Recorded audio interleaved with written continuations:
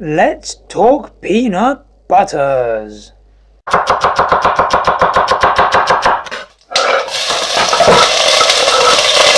As promised, this is the discussion on the peanut butter tasting that I did. There were some very interesting things that I noticed doing that tasting test, things that I'd never thought about before, and things that I wouldn't have known if I hadn't sat down and compared 12 different peanut butters there and then. Things that I'm not discussing in this video is whether organic is better or not, whether it's healthier or it's more sustainable or it's better for the environment. That's a whole other topic. Similarly with sugar and salt, whether adding sugar or salt is good or bad for you. Palm oil, whether that's good for you or not, whether it's bad for the environment or not. I am simply wanting to discuss the characteristics of each peanut butter that I have tested and tell you what the characteristics of those are, so that you can find the one that fits your taste the best, so that you don't end up with a jar of peanut butter that you don't necessarily want. It has now been 6 hours since I've had what turned out to be a jar's worth of peanut butter. Still feeling pretty full from that. I've never had that much peanut butter in one go. One of the things that I noticed, which I mentioned as I went along, was that the size of the peanut pieces in the butters made by Waitrose and Sainsbury's and Skippy in all of their ranges seemed to be very similar, both within the jars and also out across the different jars by Waitrose and Sainsbury's and Skippy. So it seemed like there's some sort of, and this is just my sort of gut feeling here, there seems to be some sort of a standardized manufacturing process of the peanut butters that is just widely used for sort of mass produced peanut butters, and whichever one you go for, they all have that sort of typical mold that they are all made to, whereas the other ones, the Biona, Whole Earth, Meridian, Manilife, Pepper Nut, they had a sort of a more handmade feel. There seemed to be a bit more variability within each jar of the size of the nuts. In terms of the taste, I'm not going to say that there is definitively a price equals quality. Double the price didn't mean double the whatever quality that I could feel in it. There seemed to be a correlation between the price of the peanut butters with the strength of the peanut flavor. So what I noticed was that the cheaper the peanut butter per 100 gram, the weaker, the less it tasted of peanuts. With the two contrasting ends of Manilife, which was the most expensive, tasting the most strong, compared to the Sainsbury's Basic, which was the cheapest, tasting the least peanut-esque. With the saltiness, it was definitely apparent when there was added salt or not. And also, interestingly, the Sainsbury's and Waitrose ones, which had salt, tasted saltier than the other ones, which also had salt in there. With the Sainsbury's and Waitrose ones and Skippy, I felt there was a feeling after a while that I couldn't eat much more of this.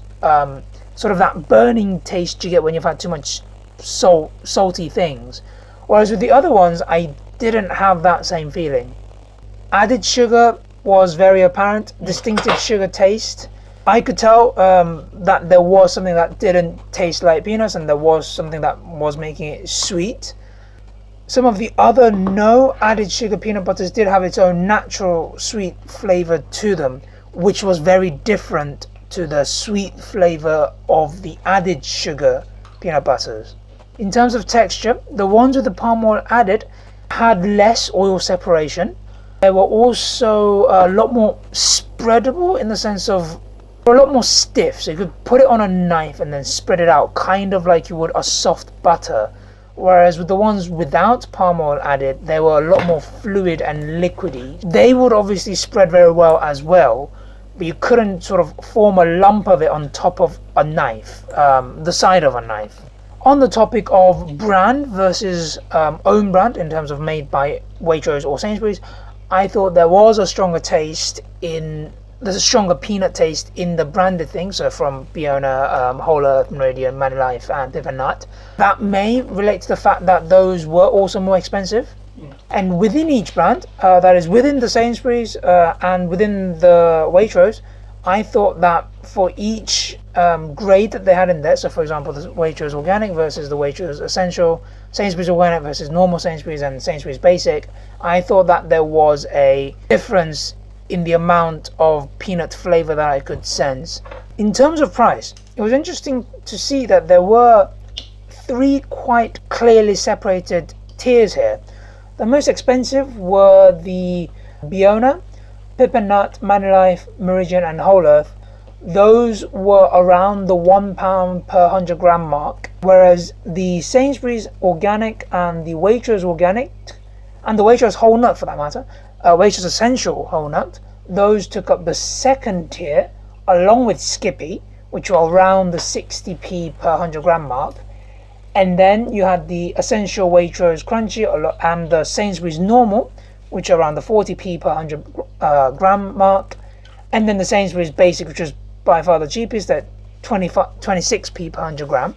Another interesting aspect with the price is that with the branded ones, there is the possibility to buy much bigger packs and cut the price per 100 gram down, so that you can just buy a bigger pack and it can last you longer, or you can spread it out between your house or your housemates, between your friends. So with that, there is the prospect of cutting down the Pip and Nut, the Biona, and the Meridian down from around the £1 per 100 gram mark to around 70p per 100 gram. That puts it relatively close to the Waitrose and the Sainsbury's Organic tiers. With the Sainsbury's and the Waitrose ones, the normal ones, you can cut it down a little bit, but only from about 40p to you can only cut it down by about 5p per 100 gram, whereas with the other ones you were cutting down 30p per 100 gram. Interestingly, there are no bigger packs of the Sainsbury's or Waitrose Organic peanut butters.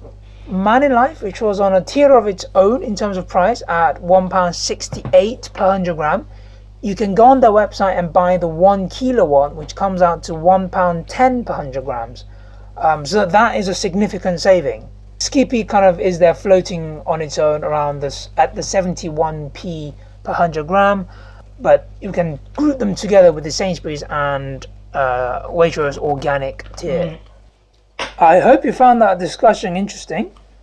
I really thought some of these things were fascinating to know about. Leave a comment on what you thought about these as well, whether you've known any of this before, whether you know any more things based around these, or if you know any of the specifics behind it. For example, the manufacturing methods that the suppliers of peanut butter to these supermarkets use. That would be fascinating to know more about. I think I will do one more follow-up video in this series of peanut butters. I've got a really good fun idea for it, so keep tuned. That should be up soon. And if it is up already, you'll see it linked in the description and also on the screen here. Thank you very much for watching and have a tasty day.